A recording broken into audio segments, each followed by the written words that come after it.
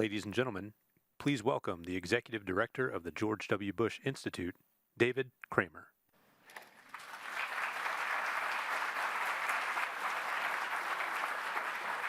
Good evening and welcome to the Bush Center.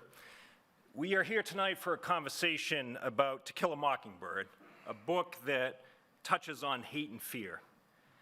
We experienced hate in our own community here this weekend. The horrific shooting in Allen, and then a little further away, the terrible tragedy in Brownsville. We saw it play out in Cleveland 10 days ago, and in Uvalde a year ago this month. The frequency and scale of these evil acts across our nation and now in our neighborhood are instilling fear as we go about our normal everyday lives, doing things like going to school, shopping at the mall, waiting on the sidewalk, praying at church or synagogue or mosque, hanging out at a nightclub, putting our children to bed. There, but for the grace of God, go I.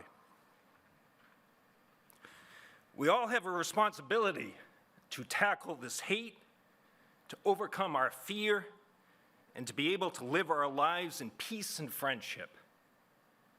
We must never become numb to this, nor accept it as normal.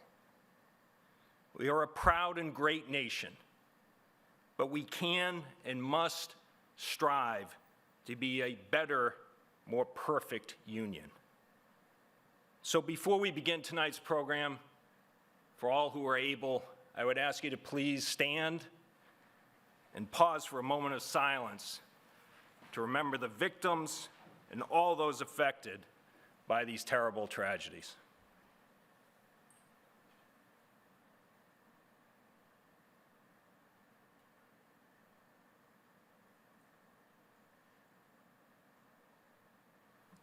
Thank you.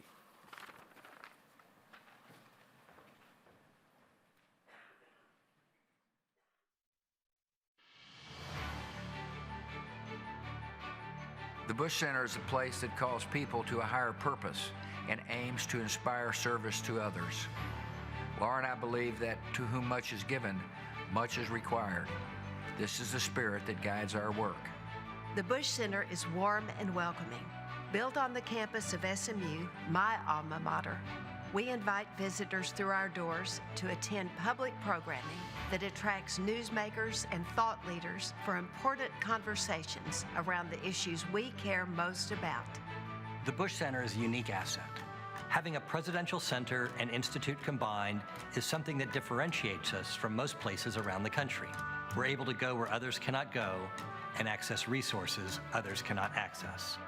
We set our priorities, we envision what success looks like, and then, as President Bush likes to say, we act. When you walk into the Bush Institute, you'll see a quote from my presidency on the wall that summarizes the principles we're committed to. It is important that we continue to defend these beliefs. The George W. Bush Presidential Center celebrates the goodness of our nation and pursues with optimism the values of freedom, opportunity, accountability, and compassion. Through the work of the George W. Bush Institute, we aspire to show the world America's best.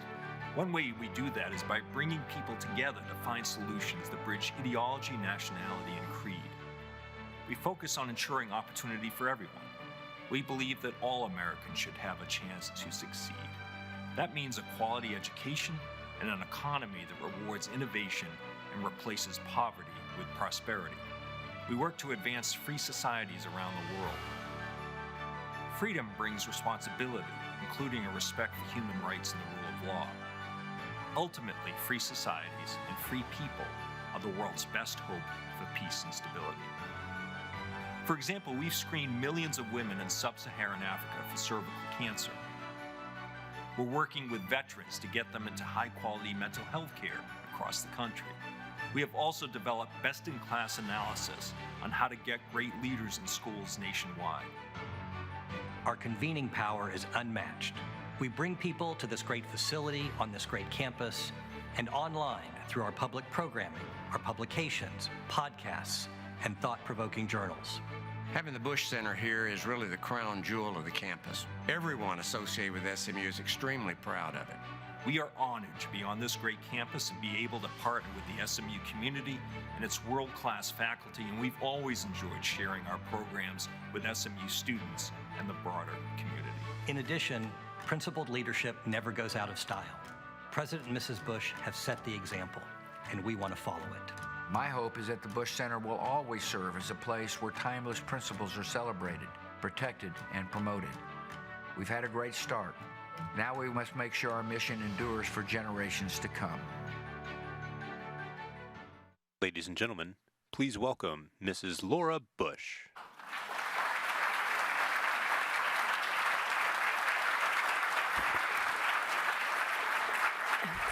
Good evening, everybody, and welcome to the 5th annual Laura Bush Book Club event, part of our series, Engage at the Bush Center, presented by NexPoint. We're grateful to NexPoint for endowing our Engage series and for making programs like tonight's possible. I'd like to recognize our friends at HEB. Thank you for supporting the Laura Bush Book Club.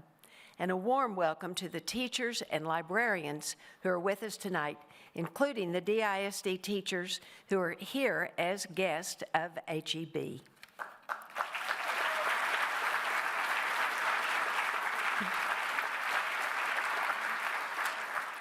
Thanks to the partnership of Broadway Dallas, we have a special program tonight featuring a panel of experts who will discuss one of my favorite books, the American classic, To Kill a Mockingbird. But before we get started, I have two exciting announcements. I'm thrilled to announce that this year, the Laura Bush Foundation for America's Libraries has awarded $1.5 million in library grants to 300 schools in 36 states across the nation, including 65 here in Texas, 11 here in North Texas. That brings our total since 2002 to $21 million awarded to over 3,600 schools in the United States.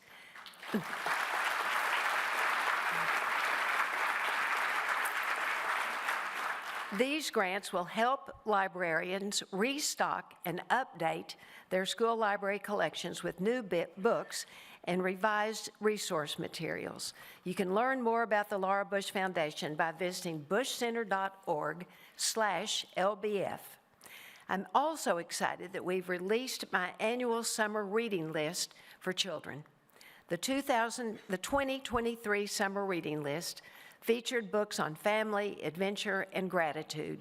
It includes classics like The Little House, as well as new releases like The Loud Librarian, illustrated by Dallas's own Erica Lynn Jones. And it has an old favorite, Charlotte's Web, which I remember reading to my daughters. As a former teacher and librarian, I know that one of the most important things that parents and caregivers can do for their children is to read to them.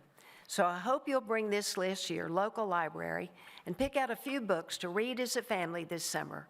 Your kids and grandkids will love it, and so will you. You can see the full summer reading list at bushcenter.org/summerreading2023. From my experience as a teacher and librarian, I know that books have the power not just to move people as individuals, but to shape our journey as a nation. To Kill a Mockingbird is a novel that has enshrined for generations an ideal of American decency and conduct. I remember reading To Kill a Mockingbird when I was in high school in Midland. I was stunned by the modest yet courageous Atticus Finch, who went against society to do what he believed was right. And as an adolescent girl, I, of course, was impressed by the feisty and fearless Scout, who matured throughout the novel, just as the readers were doing the same.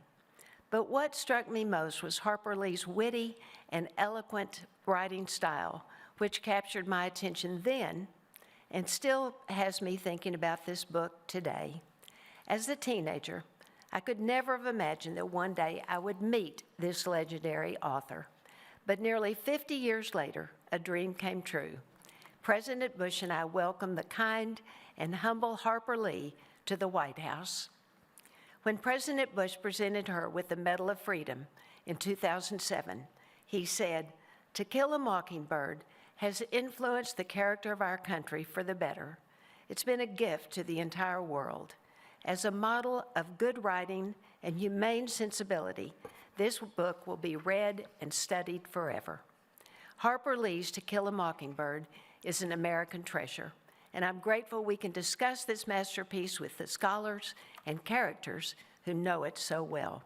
But before we hear from them, please join me in welcoming to the stage the president of Central Market and HEB board member, Stephen Butt, our sponsor tonight.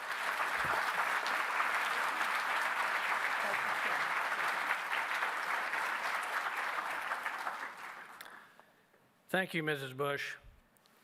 Susan and I are grateful for this opportunity and very much looking forward to the evening. Laura Bush's leadership for reading is well known and well documented. Tonight's book club Engage event is just one example of the many creative ways in which our former First Lady has used her influence to advance reading across Texas and America. In 1995, with the Texas Capitol in the background, she started the Texas Book Festival, which today hosts over 40,000 visitors each year, while showcasing over 250 authors in Austin each fall.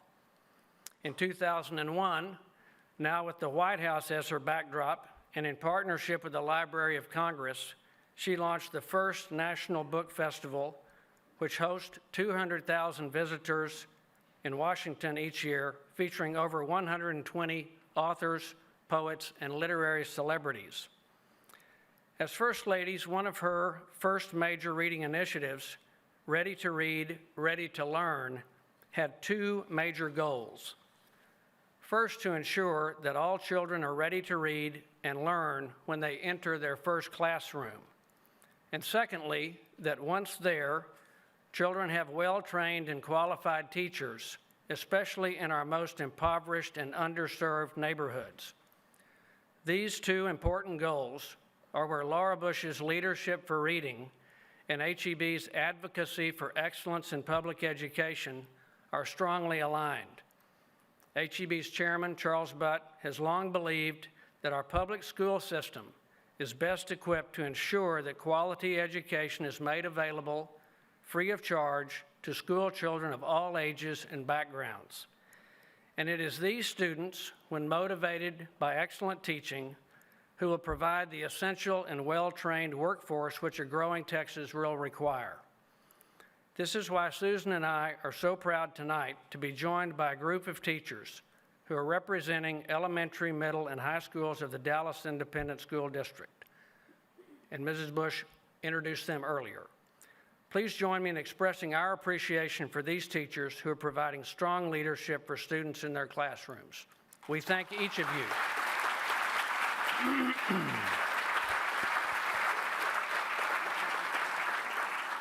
A few years ago, Cindy Holt, a talented Fort Worth artist and good friend of the Bush family, created a beautiful and colorful mural, Barefoot in the Park, which hangs in the front of our Central Market at Preston Royal.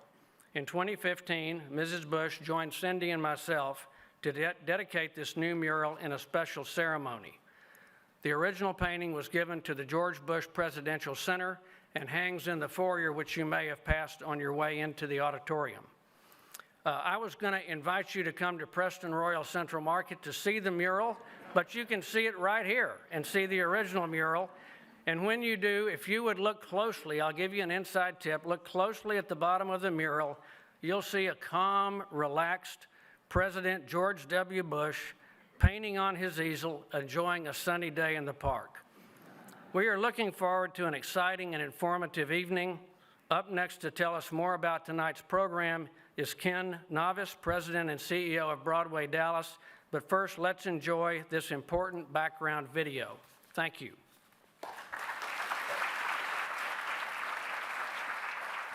When I was a boy, my father gave me one of those air rifles, an air rifle. He said I could shoot all the blue jays I want, probably knowing I'd never be able to hit one, but to always remember that it was a sin to kill a mockingbird. a sin, a crime against God. I asked him why. And he said it was because they were innocent. And I became a lawyer.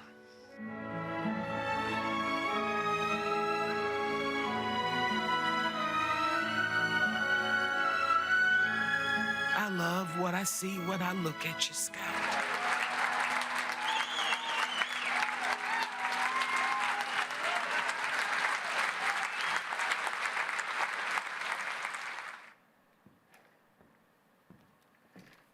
Good evening.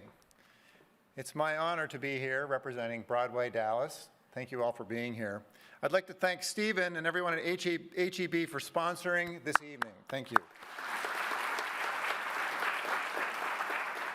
And thank you very much, President and Mrs. Bush, for hosting what I'm sure will be an entertaining and thought-provoking evening. Beginning next Tuesday, Broadway Dallas will host a 16-performance engagement of a Broadway show that's 60 Minutes called The Most Successful Broadway Play of All Time. This is Aaron Sorkin's adaptation of Harper Lee's To Kill a Mockingbird. For Broadway Dallas to present a play is kind of an anomaly. We do musicals, we're known for that. We felt it was important to bring this play to Dallas for reasons that you will hear about tonight. Terrific production. In fact, the last time we hosted a play on stage at the Music Hall was 10 years ago. It's been quite a while. I understand that Mrs. Bush is an avid fan of To Kill a Mockingbird. We know that this was a favorite book of hers, and I thought it might be interesting to know that while on Broadway, you may find this of interest, the producers moved the show to Madison Square Garden for one performance. 12,000 students came to see that particular show to create that opportunity for them to see this performance. Today, it still stands as the largest audience for a Broadway show in history.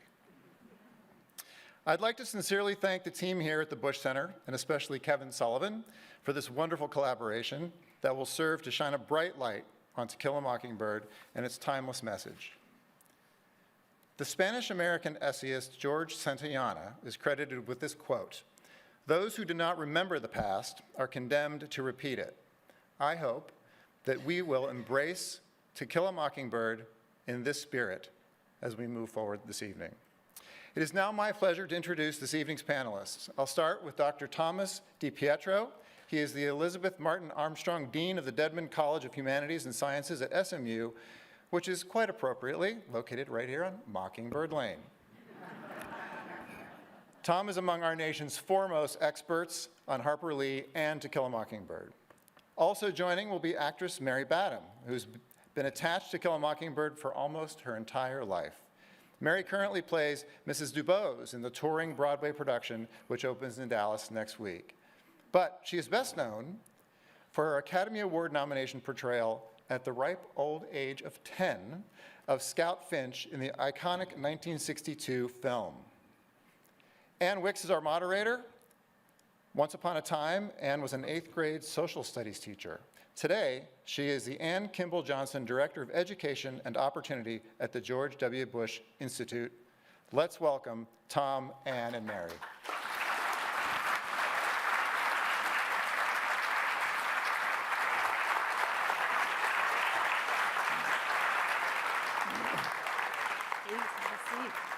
Hi, everybody. Welcome to book club. Aren't you excited? This is way cooler than any book club I've ever been to, I will say that. And I'm thrilled. I've been really excited, so excited that I'm throwing my cards on the floor. Really excited about this conversation because of our guests, the book and our guests, and I really hope you enjoy it. So to set the stage, for those of you who, I know sometimes not everybody finishes the book before book club.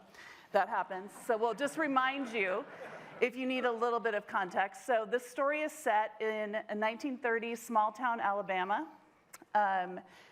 We have a host of really wonderful characters. You heard about Scout, who is the main character that Mary portrayed. She has an older brother, Jem, and their father, Atticus Finch, who's a lawyer and a state legislator. They have a host of very interesting neighbors. Mary now plays one, Mrs. Dubose. They have a little friend, Dill, who comes in the summertime. I remember Dill, who stays with Miss Rachel. And of course, the Radleys, the mysterious family up the way.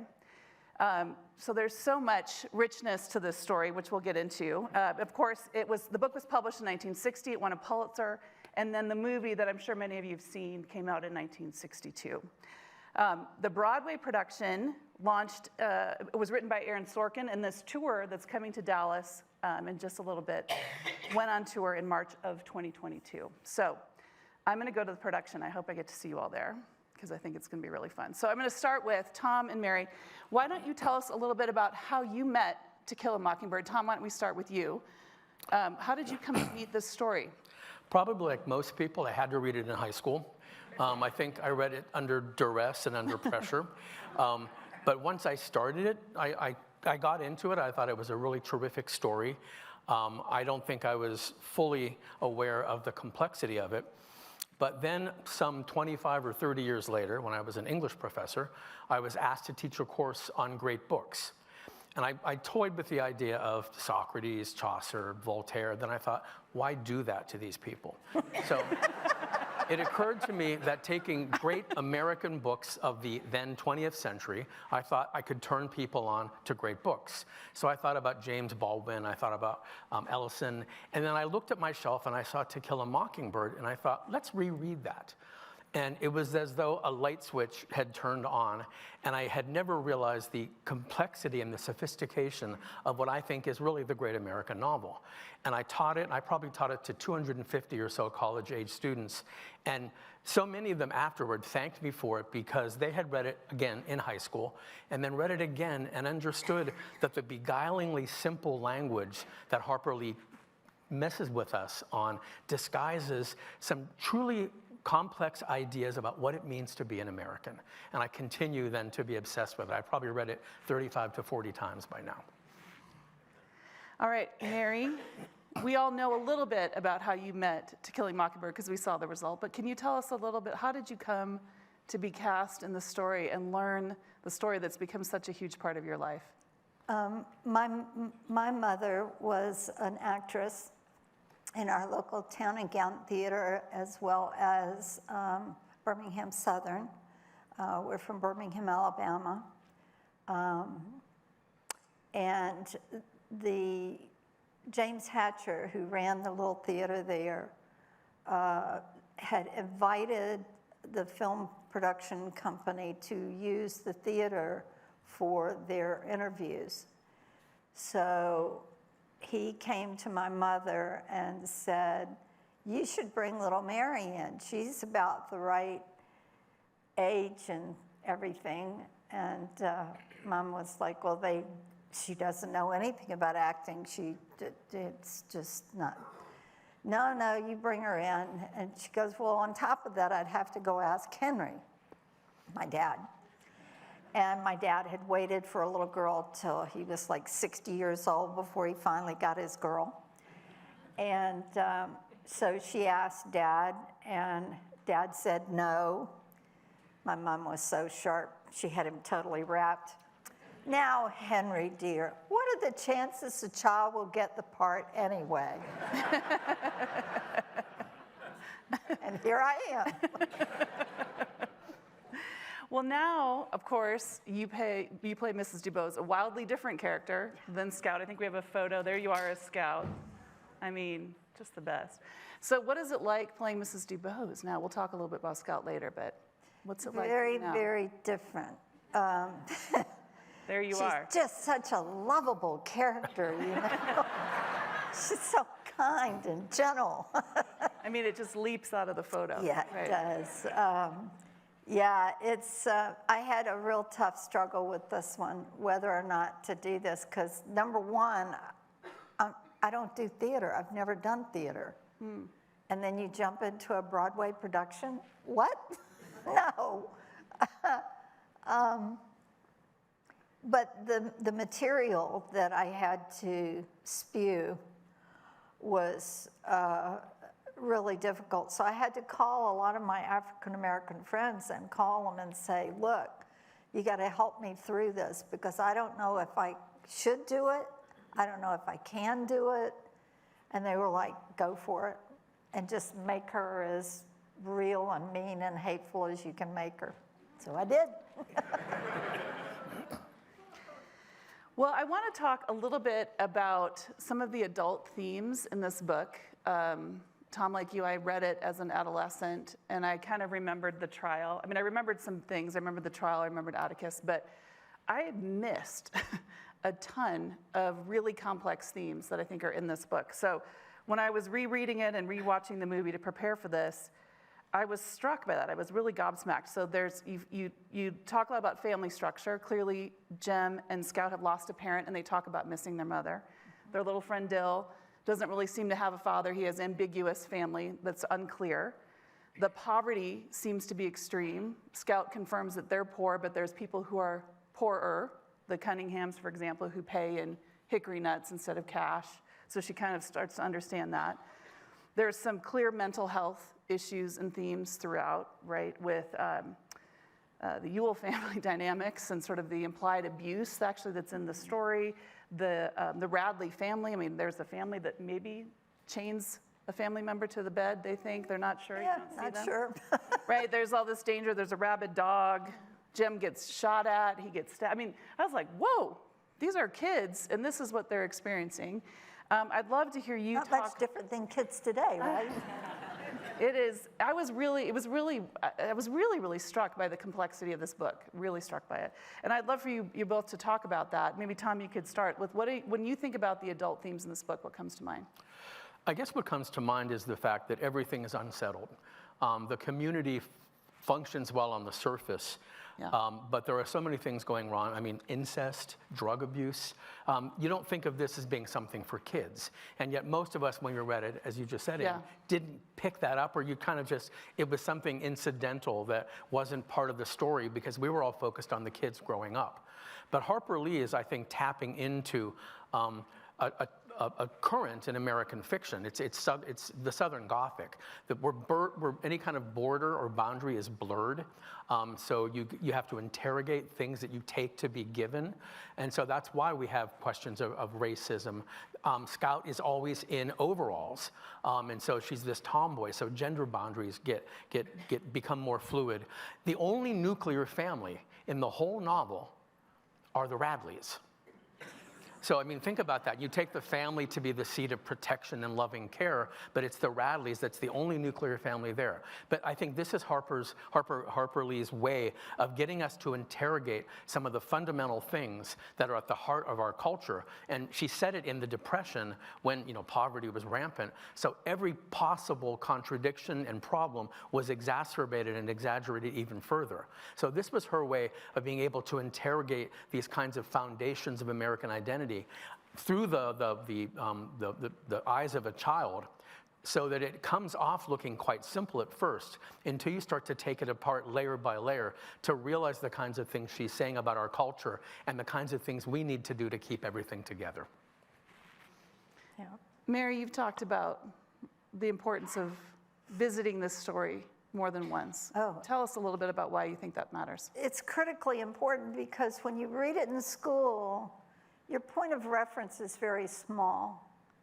As you go through your life and you're affected by the people around you and the different things that you come up against in your life, it expands. And as has been mentioned, when you read the book at a certain point, you miss a lot. And when you come back to it again, you pull even more. It becomes deeper for you.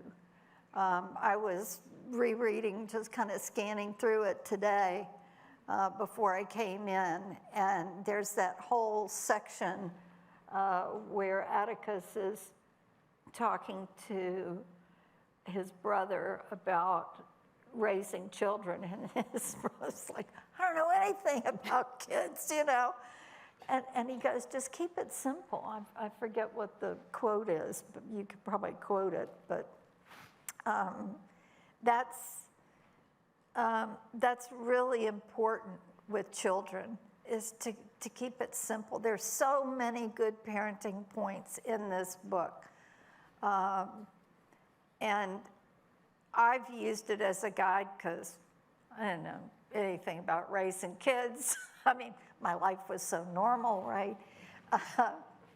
So with me, it was a real point of reference for me, a reference book as to what you want your life to be like. And I think we've been pretty successful. We've got 2 pretty successful kids, one of which is a very successful parent. And I was telling them earlier that when I was pregnant with our daughter, my husband would get books and he would put his head down on my belly and he would say, "Tonight, baby, we're gonna read."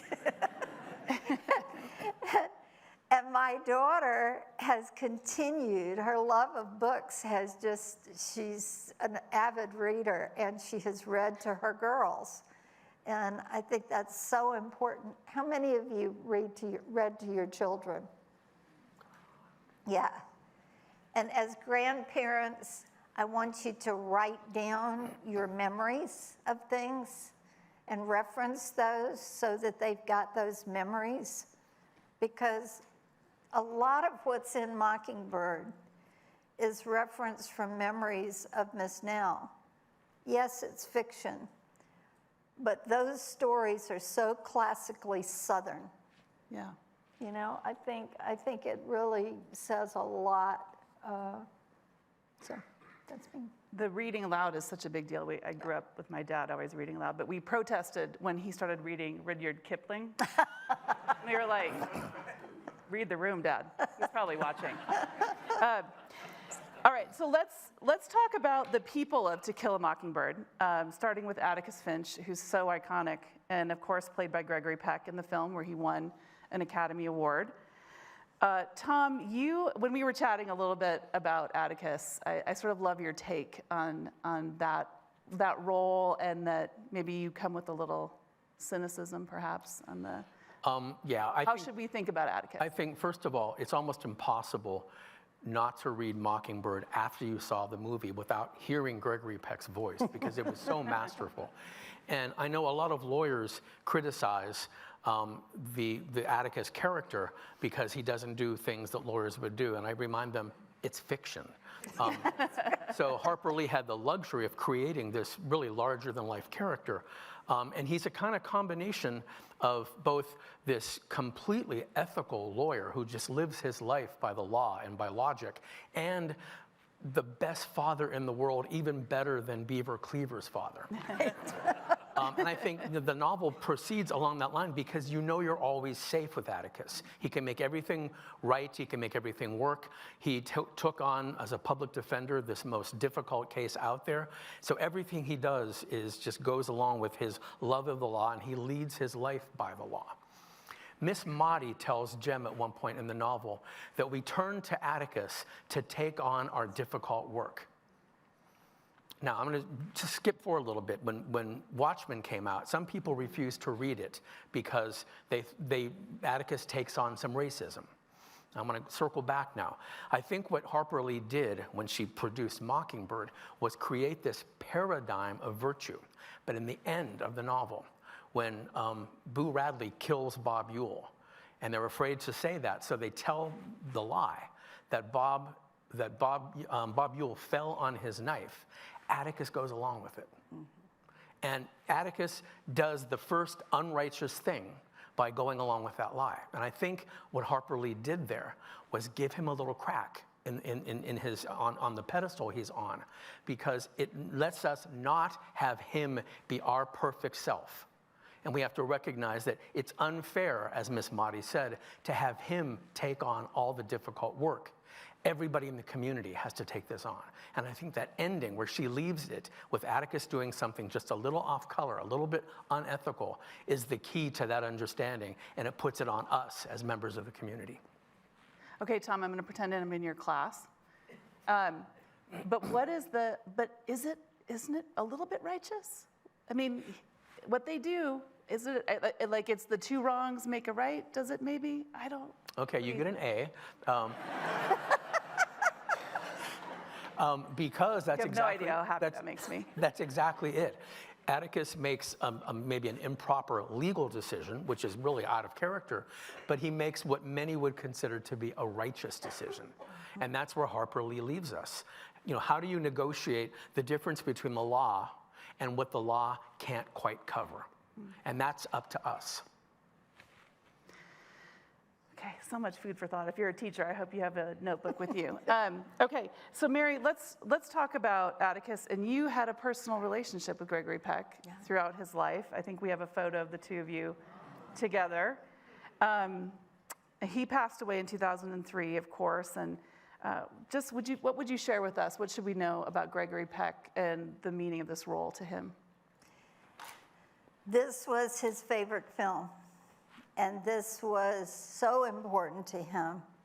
When Bob Mulligan and Alan Pakula were taking this book around, trying to get one of the studios to take it on, they wouldn't touch it. Nobody wanted it. They didn't know what to do with it, and they would have mucked it up badly. Excuse me, I'm going to do myself like I do the children, I'm sorry.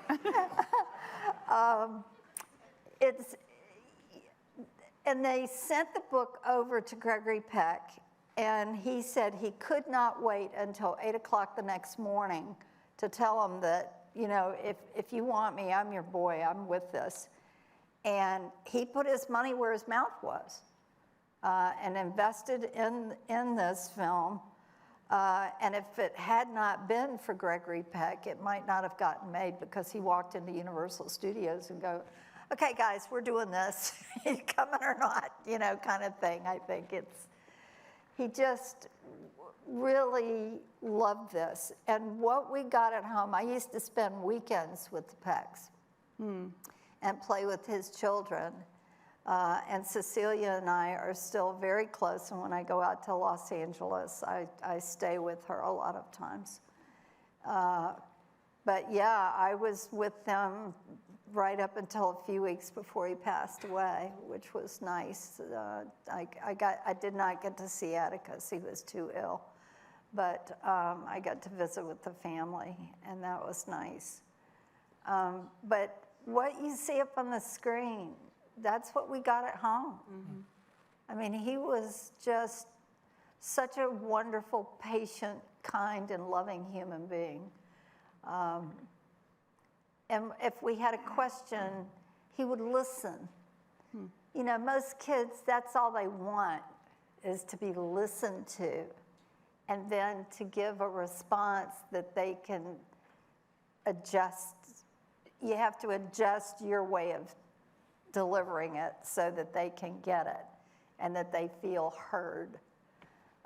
That's very important, and he was very good at that. And he was so well read. Oh my God, he was a bookaholic. He always had books. You walk in his library, and it was like he had this big Western saddle that used to sit there when you walked in, and then there were all these books, and he'd read them all. It was amazing. Incredible. I mean, if your reading chair is a saddle, I guess you're really committed. Okay, so I want to ask you a little bit about who's playing Atticus in this production, another masterful actor who we've all seen in many things. Do you want to tell us a little bit about Richard Thomas's take on Atticus Finch, who is John Boy, if any fans of the Waltons? We get, "Good night, John Boy," almost every night. Richard's great. Oh my gosh, he would have been one of my first choices for an Atticus, because of the Waltons and some of his other work. He's so talented, but he's got a good heart. He's a very kind, loving individual. And he and Georgie, his wife, they are just adorable together. I've become very, very close with them. And he was pleased. He wants me to say he apologizes for not being able to be here tonight. He wanted to be desperately, but he had a family commitment that he couldn't get out of, and family comes first. So, of course. Okay, well, Mary, we have to ask you about a scene. So, of course, Atticus, for those of you who don't know, this was one of my favorite things of trivia that I learned. He was voted the greatest movie hero of the 20th century by the American Film Institute. He finished ahead of Indiana Jones and James Bond. So, just to put it into context. And most of the lessons of this story come through the vantage point of children, but there's a scene we want to know about because we think you also did stunts on this movie. Something about a rolling tire, which I think we're going to show this clip. It's a pit. Me first. You're gonna let Dale be first. No, me. I'll let her be first. All right, get in. Hurry up. All right. You ready? Uh-huh. Let her go.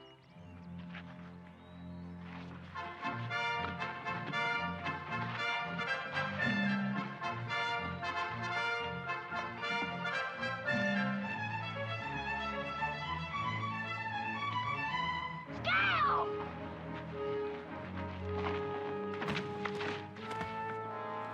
Scout, get away from there! Scout, come on!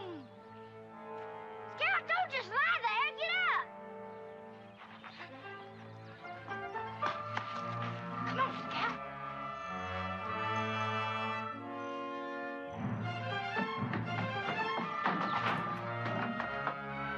Look for your life, Scout! Come on, Neil!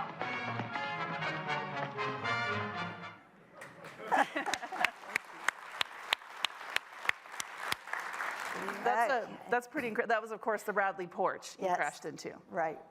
Was that you in the tire? Part of it.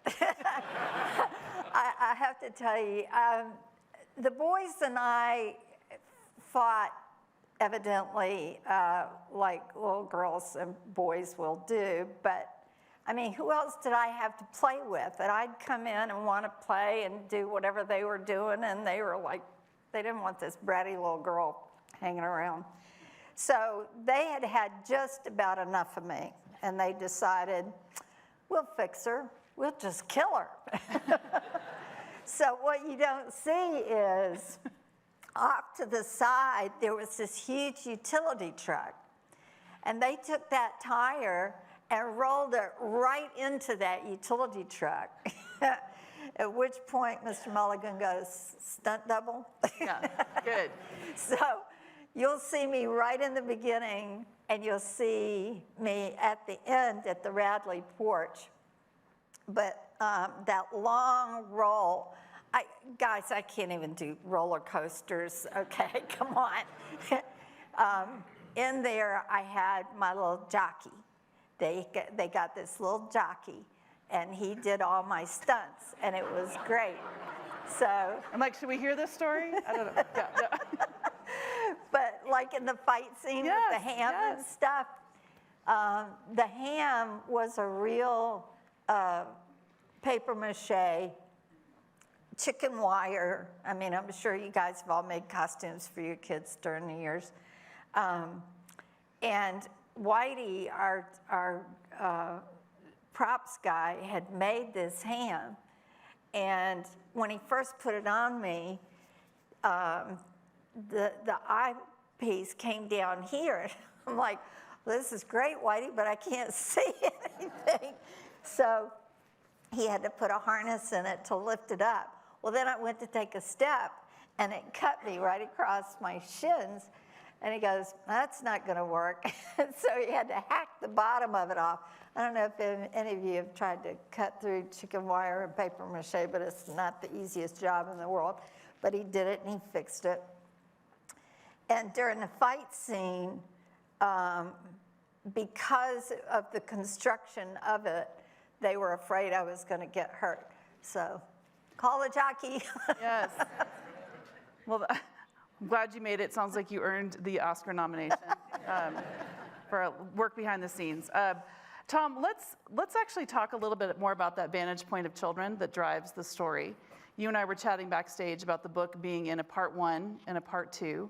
And the part 1 is really the kids establishing their world, right? We sort of understand all these things happening in their town through the perspective of the kids. And then, of course, the second part is the trial. There's a lot of choices Harper Lee could have made about who to tell this story through. And She made a clear choice. What should we know about the construction of the book and sort of how to connect that to Go Set a Watchman? I mean, sort of how does all this make sense together? Harper Lee, as a kid, read a ton. And I'm pretty sure she read a lot of Faulkner. You can see an influence in what she writes with the way Faulkner wrote and the way he brought on difficult characters. Interestingly, there's 2 parts to the book. The first and last sentence of each part is about Jem. And the last line is, when Jem's unconscious, and I think it's something like, Atticus would be there all night and he'd be there when Jem waked up in the morning. So Jem kind of informs how Scout sees her world, and she's always turning to him. So she sets it up as a kind of sibling rivalry and what she might become. And since you mentioned Watchmen, I think about, so to set the record straight, Watchmen was not written after Mockingbird. Watchmen is actually the first draft of Mockingbird. So that was written, right? when, and people thought that because Watchmen takes place later on, it was a sequel. Not at all, has nothing to do with it. So if you've read Watchmen, you can see bits of Mockingbird in there, and you can, it's almost, I said to Mary earlier, it's like the lab of Mockingbird. Right. So Harper Lee went off to New York in, I think, 49 or 50. She took on some jobs, and she wrote stories and essays, and then she worked on this novel, which was Watchmen, sent it off to Lippincott, I think, and an editor named Tay Hohoff got her hands on it and had the genius, the brilliance of seeing in Watchmen, which if you've read it, it's just not very good. But she recognized in there what the potential was and what novel was screaming to get out. And she worked with Harper Lee for about 1.5 years to turn it into Mockingbird. There's a great story where it was a difficult job. They fought a lot. At one point, Harper Lee became so upset and so stressed, she actually threw the manuscript. And remember, this is pre-computer. She threw the manuscript out the window. And Tay Hohoff had to talk her off the ledge and get her to go out and pick up the pages and pick up the difficult work again. A friend of mine and I have a theory that the reason Harper Lee didn't write anymore was because writing Mockingbird took so much out of her. She wasn't sure she wanted to go through that again, and we're lucky she did that. And I think we ought to give Tay Hohoff some recognition for recognizing the brilliance of that story. Harper Lee also found the adaptation to the movie to be the best she'd ever seen. And a lot of you Texans know Horton Foote is a Texan. He's from Wharton. In fact, right across the street in the DeGaulier Library, we have his papers. And Russell Martin, one of the librarians, shared with me the copy, Horton Foote's copy of Mockingbird, with his marks in the novel to adapt it into the screenplay. And you know what? Horton Foote couldn't spell. I find that really useful. When the novel came out in 1960, immediate success, 500,000 copies in the first year, translated into 10 languages, and the reviews from the critics were mixed. And two very early reviews, criticized it because they thought Harper Lee just wanted to write a novel that could be easily adapted into a screenplay. Well, the joke was on them. Yeah. Well, I know, Mary, I know you met Harper Lee. I think we have a photo of the two of you on set. But and Mrs. Bush mentioned this in her remarks, her writing is so fun to read. It's so fun to read, and it is like, it's lively and engaging. And I wanted to read just a little snippet just to remind you all of sort of her turn of phrase. And so she's talking here about her father's office. Atticus's office at the courthouse contained little more than a hat rack, a spittoon, a checkerboard, and an unsullied code of Alabama. His first two clients were the last two persons hanged in the Macomb County Jail. Atticus had urged them to accept the state's generosity in allowing them to plead guilty to second-degree murder and escape with their lives, but they were Haverfords. In Macomb County, a name synonymous with jackass. Use the language. But that whole paragraph goes on, and it's delightful. But she had just such a remarkable way of expressing that immediately puts you into the place of this novel. What were your impressions of her writing and communicating? Yeah, I agree. As a human being, she had such a wonderful sense of humor. She loved to laugh. And I can remember with Atticus, the two of them would get to chatting on the side, and this laughter would just erupt because both of them had such a wonderful sense of humor. And the only story I have about them together was we were doing this scene where Jem and Scout always used to go up and meet Atticus when he would come home from work. And we were out in front of Ms. Dubose's house. And so there's this long scene of him walking up to the house and everything. And this was the first scene shot that Ms. Nell had been present for. So Atticus goes over to, Bob Mulligan calls cut, and he goes over to her, and he's kind of puffing himself up, kind of thinking, so what did you think? And she goes, you have a little pot belly just like my daddy. So much for great acting, right? Well, we've got, as you know, the teachers here tonight, so let's talk about why it's important to engage young people in the story. Tom, let's start with you and a little bit about how you've seen kids engage in To Kill a Mockingbird, why you think it's still a really important story for us to be exposing to young people as they're growing up. Yeah, I think actually what you brought up, Anne, the cynicism at the end of Mockingbird with the figure of Atticus, something I'd like to do when I teach it to college-age students, but I've also helped high school students or high school teachers do this as well, is to give students two competing theses for a paper to write. One is Mockingbird is very cynical because it's telling us in the end we can't really get along. Or Mockingbird is true idealism because it's offering us a recipe or a plan for learning how to get along. And what they love is that they can argue both points. And at first they start to think, well, then doesn't that mean there's something wrong either with my argument or with the book? And it's no. This book is great enough that it can harbor those kind of conflicting sentiments and then let us work through it and figure out how do those things go together or not, and what does it say about us as community? And when you get students to recognize that a great work of literature is great because it can harbor conflicting points of view, that's when you see the light bulb go off. And I think that's one of the things that Mockingbird is really good for and why we need to make sure our students continue to read it.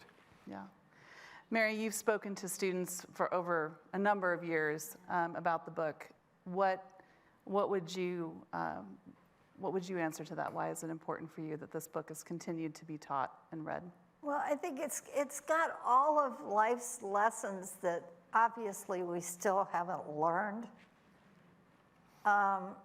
It's critical for that point. And two, it's a point of safety, I think, for a lot of kids.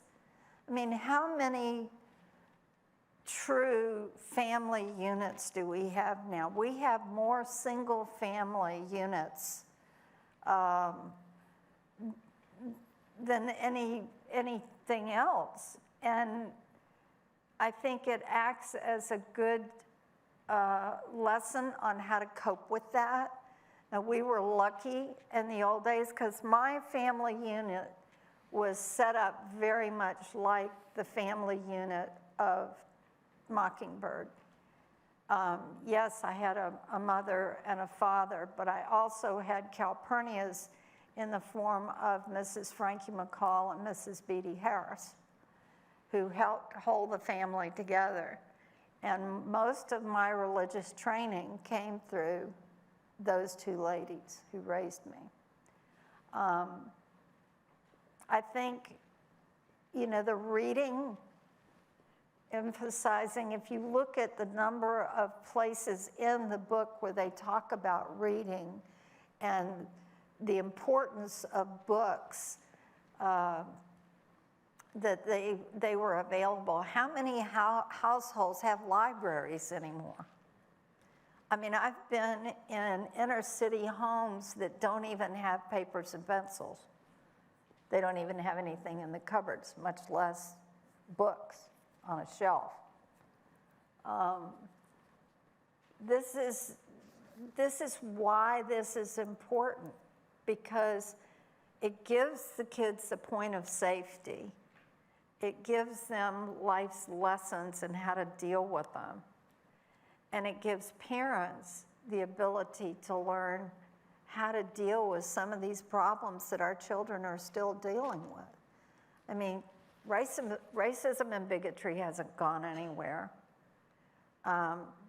Physician addiction hasn't gone anywhere.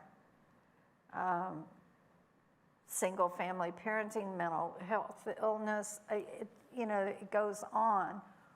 So that's why this book is important, because it answers current issues that we're still dealing with that need to be dealt with some more. Yeah.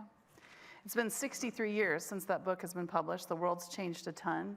Tom, do you think that's why it still resonates with young people? I mean, there is shocking language sometimes, I'm sure, for a young person to engage with the material for the first time.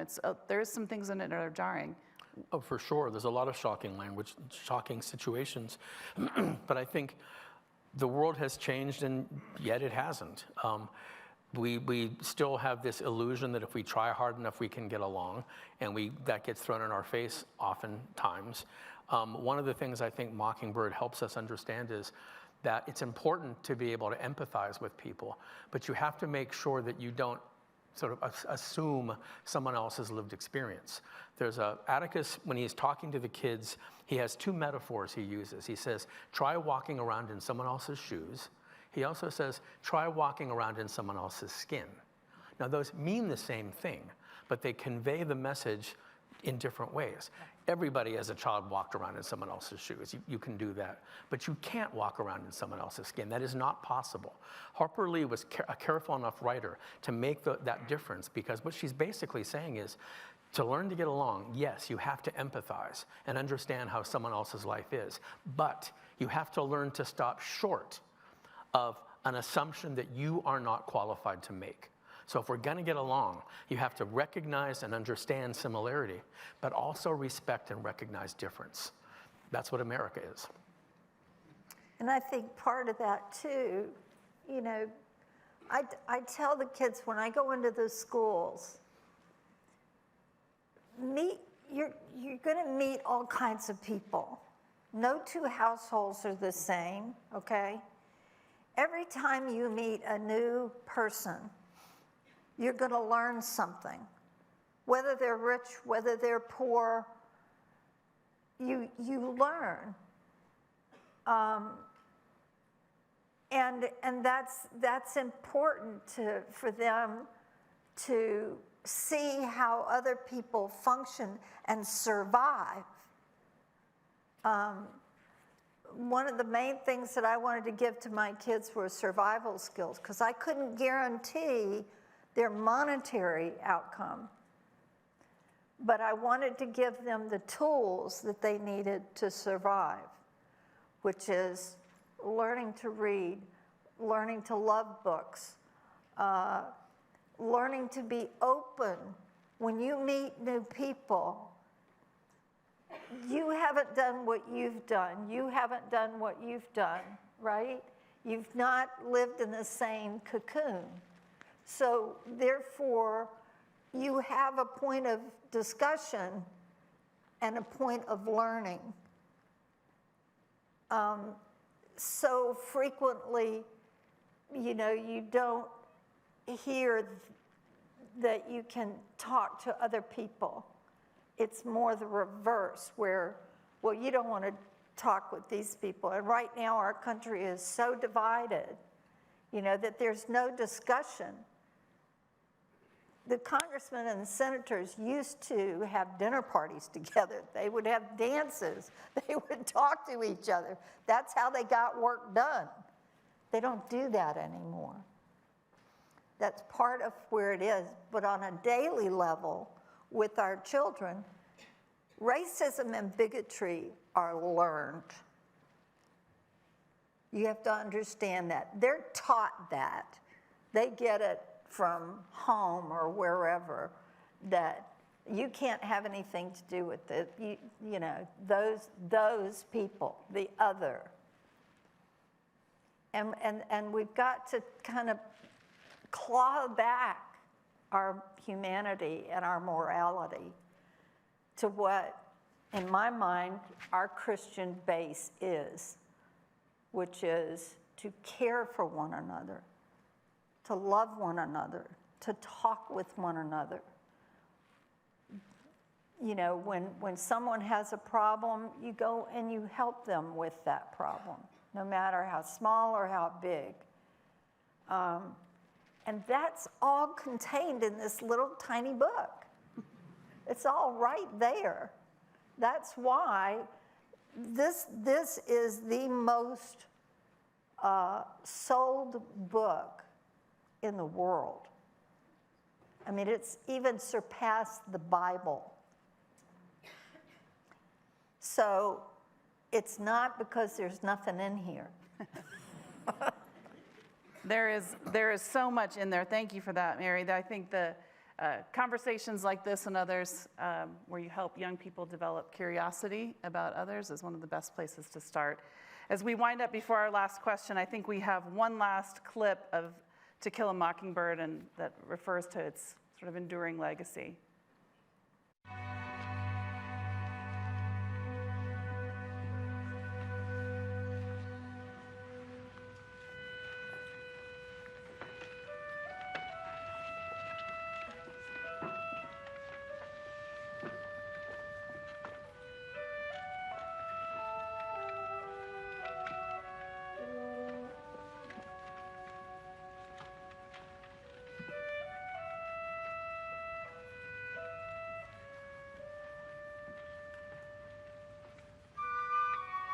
Miss Jean Louise? Miss Jean Louise, stand up.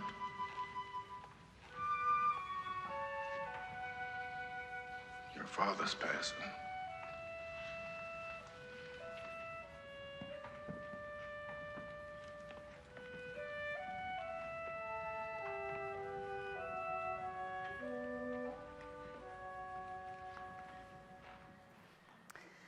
So, I know as folks, right? It's a good book. It's a very good book. Yes. Okay, as folks leave here, I know many of you might think, I might revisit that book, watch the movie, maybe join me coming to see the play shortly here when it comes to Dallas. I'd love for you both to make a recommendation to everyone about what they might look for or listen for or read when they do that. Tom, I'll start with you. Something I don't think people pay enough attention to is the soundtrack to the movie. Bernstein's music it couldn't be better. And just in that clip we just saw, I think you really get a sense of how he felt that narrative and that production. My advice to people is, read it again, do yourself a favor, and recognize the tremendous sophistication and complexity of this remarkable piece of literature. And look at the language. Try to look at the way in which Harper Lee will take something very complex and narrate it in child's language with an irony that is so piquant you don't even notice it. You've got to really pay attention as you read it. You have to look at the language and not allow yourself to just let it pass through. Look at it and appreciate the language the way you might the flavor of a really good meal. Mary? I think coming from a child's point of view was the only way that this book could have been successful. It had to be taught that way. It had to be spoken in that kind of language, coming from that innocence. Out of the mouths of babes, it comes to mind. And that's, how we can still keep this moving forward. Well, Mary and Tom, thank you so much for sharing with us, giving us your insights about this wonderful, wonderful book. I'm enormously grateful. I think I'll be taking away thinking about all of this. I'll be going back to highlight some more passages. Tom, so maybe I can get some more points for my grade.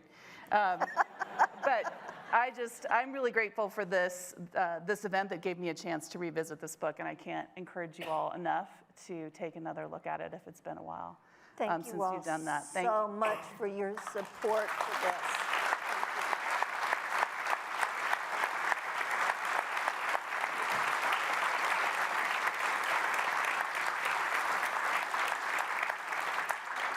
I'd also like to thank NexPoint for endowing the Engage at the Bush Center series, and a special thank you to HEB and Broadway Dallas for your support in making tonight possible. Next up in our Engage series is something a little different, Trivia Night. So this will take place on June 14th out in our courtyard if you haven't had a chance to see that in a fun setting. And so the questions are going to center around some unusual things. So you may have seen we have our great special exhibit, Freedom Matters, with all the incredible artifacts in there. So we'll have some questions about that, but because we're at the Bush Center, there's also going to be a category where all the answers begin with W. And then another group of questions about songs by artists named George. So we are very highbrow around here. You don't want to miss this. And apparently there's prizes, food and drink, and you can get tickets at bushcenter.org. I also remember To Kill a Mockingbird is coming to Broadway Dallas at the Fair Park Music Hall starting on May 16th. Come see Mary again. You'll laugh a lot, I hope.